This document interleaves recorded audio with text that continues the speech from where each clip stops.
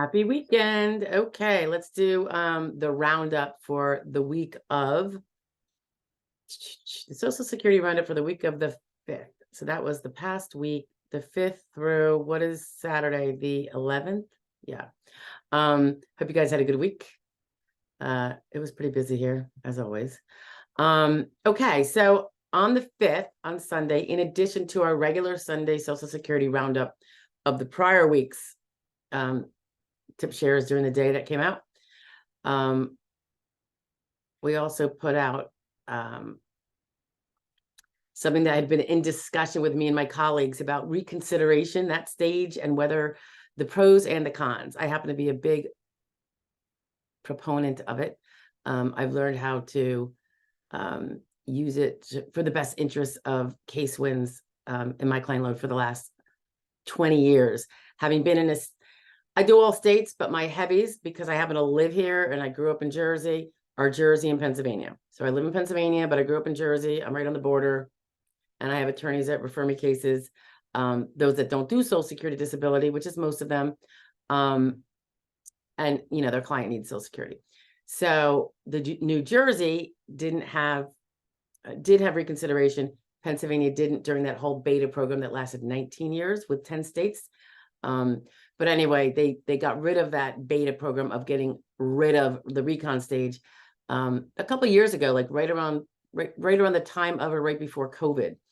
And everyone's opinions. And I happen to have probably the minority opinion, but I'm a very hands-on attorney with my cases. So I don't know. The fact that I could compare two states over 20 years, I don't know. I kind of lean my way on that. And the results just tell. So anyway, that is a share about what you can know about the benefits of the reconsideration stage and how you can use it for the best case strength you can have, rather than not using it at all and ignoring it and just sitting on your thumbs while the time period goes by. So that was Sunday. Monday the 6th. Monday was the 6th. This was part one of what might be multiple parts. It is shares about what is actually in the ALJ, some ALJ denials quoted that you as a claimant provided him in one of your statements previously, whether it's from the function report or testimony, or it could have been found in medical records that maybe you spoke to your doctor about, or maybe you didn't, but your doctor misspoke. But it's things that an ALJ that is denying might actually draw on and cite to in support of the denial. It kind of emphasizes that usually not a single one is the reason. It's usually all of these are little crumbs that lead to the big denial cake. Our job is always, as claimants and as representatives, to get all the crumbs for an award, build that cake of award. And it's always the crumbs. It's like you build the foundation until you get it as close to 100% as you possibly can. I don't know that there is such a thing as 100%, but you want to be as close as possible on every single case.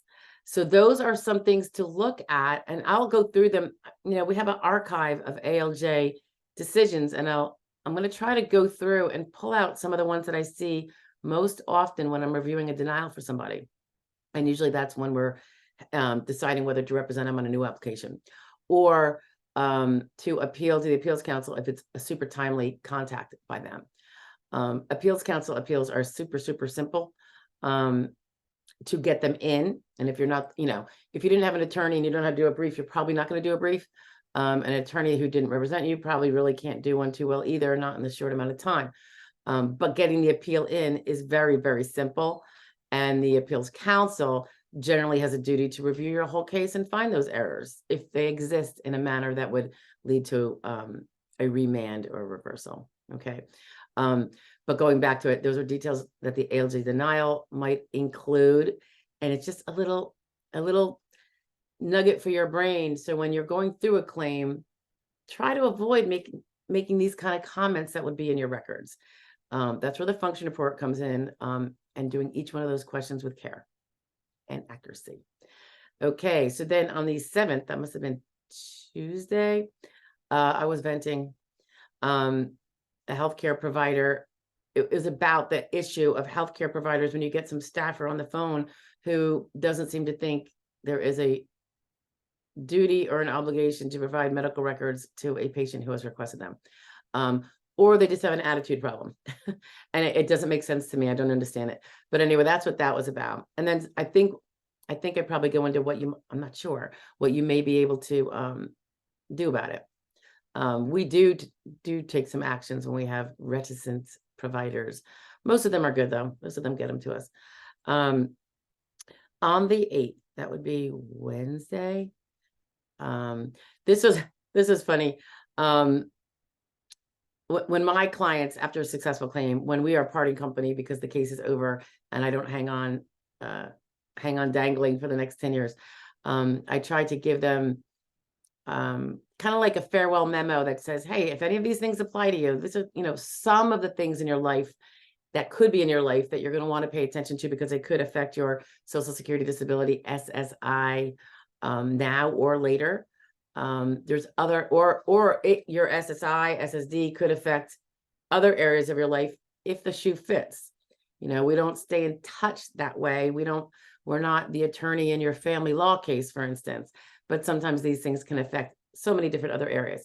So it's just an explanation of what I provide my clients so they know well, you might be looking at this if you have an LTD policy, or at tax time. Just, it's not all inclusive, but it can be things to look out for. So that's a good thing to learn even, before you prevail in your case, so you can be prepared. But certainly right when you win, you're going to want to be taking note of some of these things if any of them apply to you. And again, there could be other things out there that could apply to you. So you always have to be diligent. So that was just more of like the verbal explanation of the paperwork that I share to my clients, in case it would help anybody else. The following day, the 9th, what day are we on now? Thursday. This was in response to somebody's question about whether or not the SSA can garnish future SSD benefits or Social Security benefits in the future.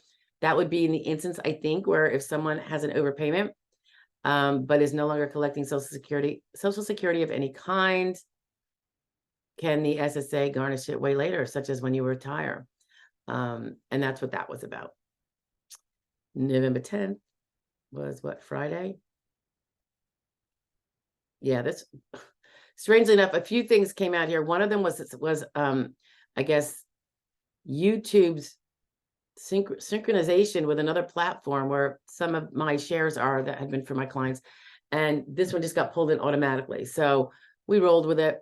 And it was an older video that is perfectly applicable to 23 and 24, with the exception of the fact that the lawyer fee cap has increased finally from $6,000 to $7,200.